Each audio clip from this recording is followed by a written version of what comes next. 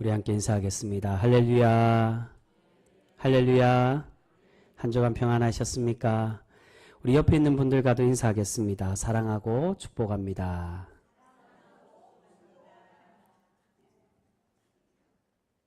한 번 더 인사할까요? 우리 처음 인사한 대로 한 주간 평안하셨습니까? 우리 인사하겠습니다.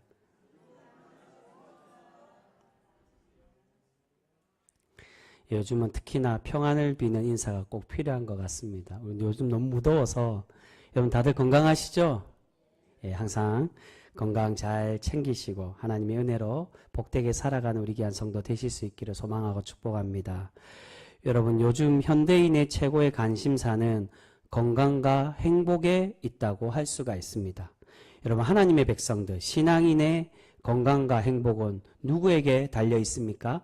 바로 하나님께 달려 있는 줄 믿습니다.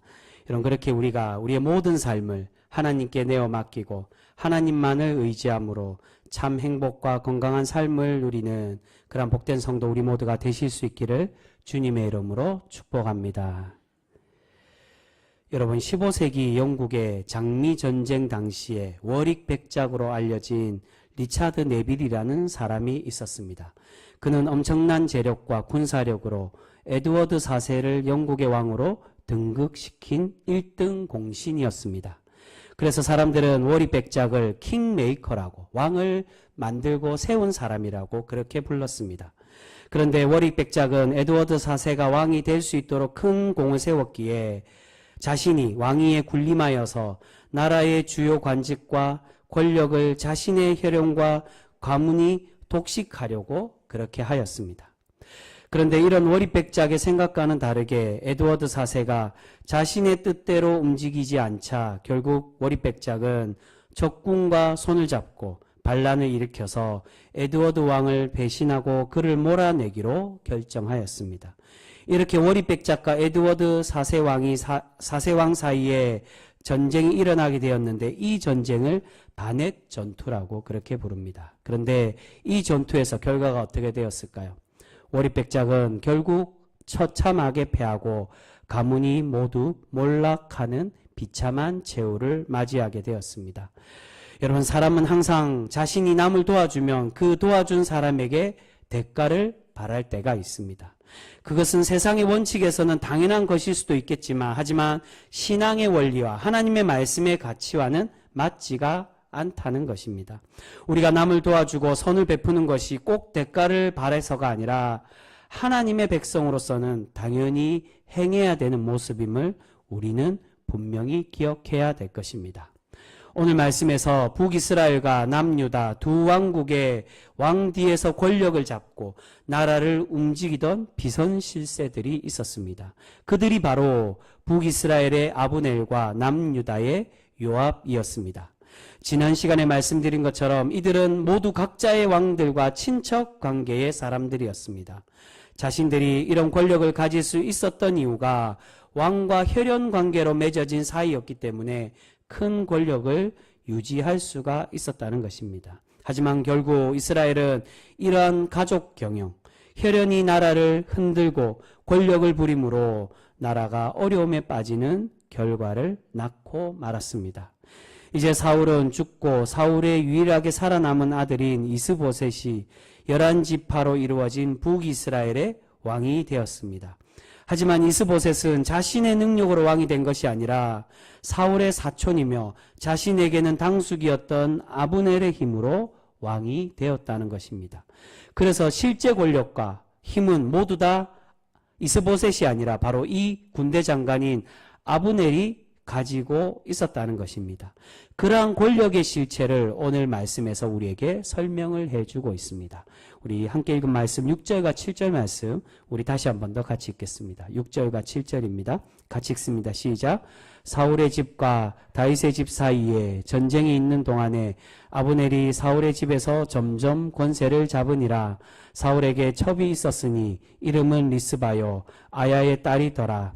이스보셋이 아브넬에게 이르되 내가 어찌하여 내 아버지의 첩과 통관하였느냐 하니. 아멘. 6절에서 사울 왕가의 권력이 점점 누구에게 넘어가고 있음을 설명합니까? 아브넬에게 넘어가고 있음을 우리에게 말씀해주고 있습니다. 거기다가 아브넬은 실제적인 권력을 다 갖고 있으면서도 이것에 만족하지 못하고 누구를 범하고 있습니까? 사울의 첩이었던 여인과 부정한 관계를 맺고 있습니다. 이것은 단순히 아브넬이 정욕적인 욕심 때문에 사울의 첩을 범하고 있는 것이 아니라 왕권에 욕심이 있었기 때문에 자신이 북이스라엘의 실제적인 왕이라는 것을 보이기 위해서 사울의 첩을 범하고 있었다는 것입니다.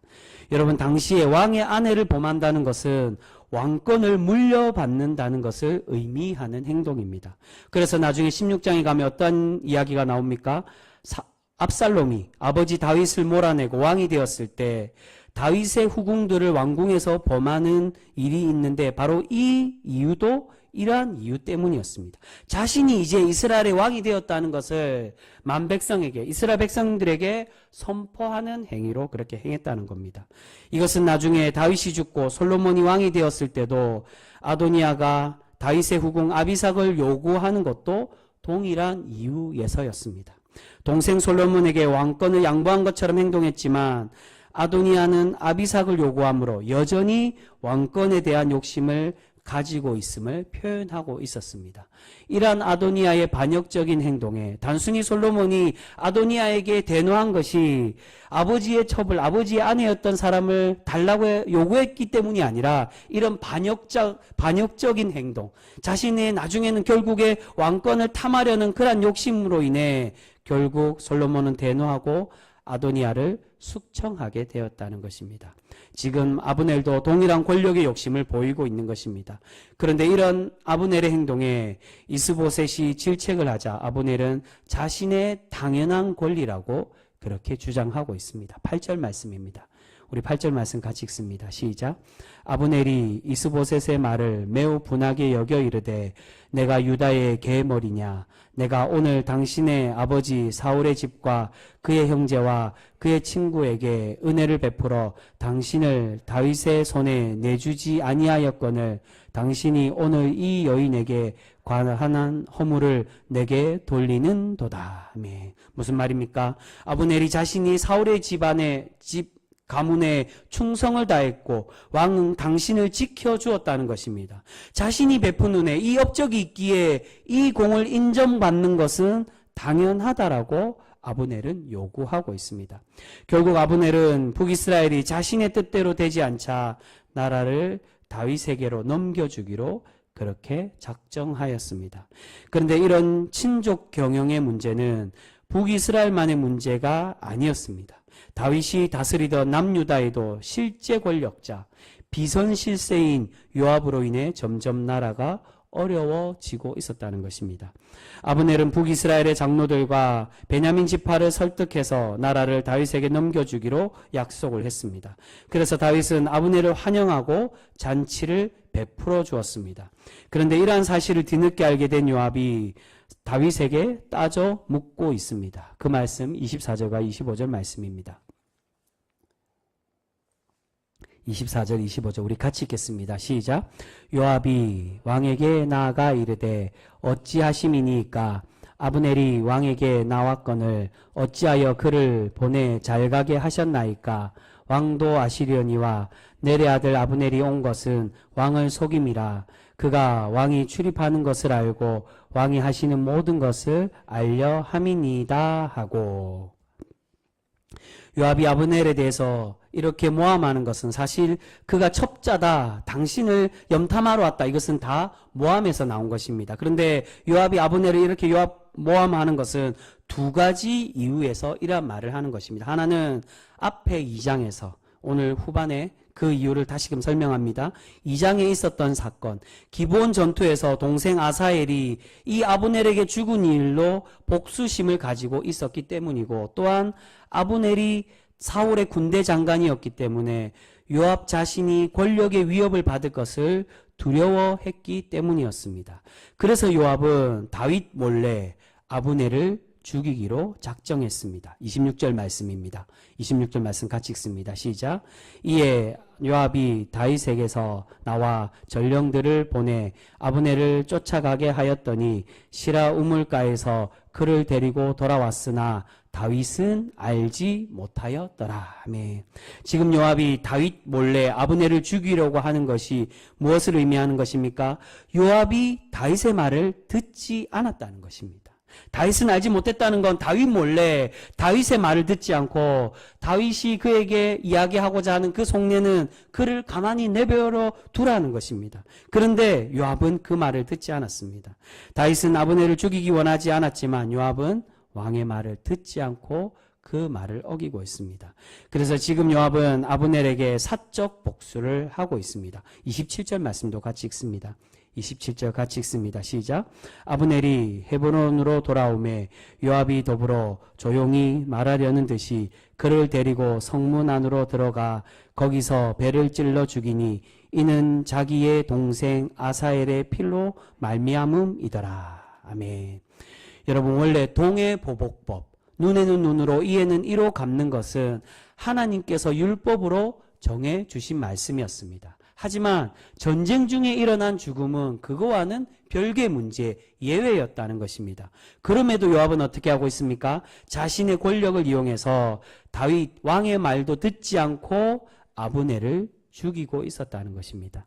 이러한 요압의 행동을 다윗은 결코 옳지 않았다라고, 그의 행동이 잘못되었다라고 선언하고 있습니다. 이어서 나오는 말씀 28절과 29절 말씀입니다. 28절 29절 우리 같이 읽습니다. 시작. 그 후에 다윗이 듣고 이르되 넬의 아들 아브넬의 피에 대하여 나와 내 나라는 여호와 앞에 영원히 무죄하니 그 죄가 요압의 머리와 그의 아버지의 온 집으로 돌아갈지어다. 또 요압의 집에서 백탁병자나 나병 환자나 지팡이를 의지하는 자나 칼에 죽는 자나 양식이 떨어진 자가 끊어지지 아니할지로다 하니라. 아멘. 지금 다윗의 선언은 결코 요압의 복수가 옳은 행동이 아니었다는 것입니다. 분명히 하나님의 말씀에는 동해보복법, 눈에는 눈으로 이에는 이로, 즉 피로 흘리게 했다며 사람의 생명을 빼앗았다며 그 생명으로 갚아야 된다라고 말씀하셨지만, 그러나 전쟁 중에 일어난 것이기에 이 요압의 행동이 잘못되었다는 것입니다. 그렇기에 29절에 다윗이 어떻게 이 요압을 저주하고 있습니까? 이 복수가 요압에게로 돌아갈 것이라고 그렇게 선언하고 있습니다. 결국 요압은 오랫동안 권력은 유지하지만 그의 말년 솔로몬이 왕이 되었을 때 그가 숙청당함으로 그의 인생의 끝을 맺고 있습니다. 여러분, 아브넬과 요압은 모두가 다 왕 뒤에서 실제 권력을 부리던 비선실세였습니다. 하지만 자신들의 힘으로 나라를 세웠다고 그 대가를 바라고 그 권력을 자신들이 소유하려고 함으로 결국 공동체가 어려움에 빠지게 되고 그들의 채우는 비참한 결과를 낳는 것을 볼 수 있습니다. 여러분, 이렇게 요압 또한 다윗에게 걸림돌이 되고 나라의 위협이 되고 있음을 다윗은 직접 그 마음을 표현해 주고 있습니다. 우리 오늘 본문 말씀은 아니지만 3장의 가장 마지막 절 말씀 39절 말씀 우리 같이 읽겠습니다. 39절 말씀 우리 같이 읽겠습니다. 시작. 내가 기름 부음을 받은 왕이 되었으나 오늘 약하여서 수르야의 아들인 이 사람들을 제어하기가 너무 어려우니 여호와는 악행한 자에게 그 악한 대로 갚으실지로다 하니라. 아멘. 지금 다윗도 비선실세인 요압이 말을 듣지 않고 통제가 되지 않는다고, 즉 악한 행동으로 하나님께서 내 대신에 갚아주실 것이라고 그렇게 고백을 하고 있습니다. 이러한 모습은 아브넬도 마찬가지였습니다. 우리가 함께 읽었던 말씀 중에 11절에 보시면 이스보셋이 아브넬에게 그 말했던 것을 두려워하여서 아무 말도 하지 못했다라고 그렇게 말씀하고 있습니다. 여러분, 다윗은 계속 하나님의 나라를, 이 이스라엘을 하나님의 선한 마음과 신앙의 원리로 세워가고 싶었습니다. 그러한 다윗이었기에 나라를 통일하기 전부터 모든 사람들에게 인정받고 존경받는 사람이 되고 있었다는 것을 우리에게 말씀해 주고 있습니다. 우리 그 말씀 함께 보겠습니다. 36절과 37절 말씀입니다. 오늘 본문 후반에 나오는 36절과 37절 우리 같이 읽겠습니다. 시작. 온 백성이 보고 기뻐하며 왕이 무슨 일을 하든지 무리가 다 기뻐하므로 이 나라야 온 백성과 온 이스라엘이 넬의 아들 아브넬을 죽인 것이 왕이 한 것이 아닌 줄을 아니라. 아멘. 여러분 앞에 17절에도 보시면 이스라엘의 장로들이 북이스라엘의 장로들이 자신의 왕으로서 이스보셋이 있음에도 어떠한 마음을 가지고 있었다라고 표현합니까? 다윗을 왕으로 세우기를 원하고 있었다는 것입니다. 그리고 지금 다윗이 아브넬의 죽음 앞에서 진심으로 슬퍼하고 애도함으로 그의 순전함을 온 이스라엘이 보고 다윗을 더욱 사랑하고 그를 존경하고 있음을 우리에게 보여주고 있습니다. 다윗의 행동을 보고 이제는 온 이스라엘이 그를 기뻐했다라고 그를 칭찬하며 그렇게 다윗을 바라보고 있습니다. 여러분 오늘 말씀은 하나님께 사랑받고 칭찬받는 사람은 자신의 업적을 스스로 높이고 자신의 행동의 대가를 바라는 사람이 아니라 하나님 앞에서 정직하고 하나님의 말씀의 원리로 살아가는 사람임을 우리에게 보여주고 있습니다. 그런데 문제는 때로는 세상의 사람들뿐만이 아니라 하나님을 믿는 신앙인들 중에도 이렇게 보상심리로 자신의 행동과 헌신의 대가를 바라는 사람들이 종종 있는 것을 보게 된다는 것입니다. 여러분 그렇지 않습니까? 많은 사람들 중에 내가 그 사람에게 어떻게 해주었는데, 내가 얼마나 많이 도와주고 내가 얼마나 많은 은혜를 그에게 베풀었는데 어떻게 나에게 그렇게 할 수 있냐라고 그렇게 불평하고 원망하는 사람들이 많이 있는 것을 보게 됩니다. 내가 한 만큼 꼭 대가를 받아야 된다는 것입니다. 여러분 물론 우리가 은혜를 받았다면 그 은혜에 대해 감사하는 마음은 분명히 가지고 있어야 합니다. 하지만 우리가 남을 도와주었다고 해서 그 사람에게 대가를 바라거나 보답을 받기를 바라서는 안 된다는 것입니다. 그러한 생각은 분명히 하나님의 마음과 말씀의 정신에 벗어나는 행동입니다. 예수님께서도 우리에게 분명히 그렇게 말씀하십니다. 마태복음 10장 8절에 어떻게 말씀하십니까? 너희가 값없이 받았으니 너희가 거저 받았으니 거저 주라고 말씀하십니다.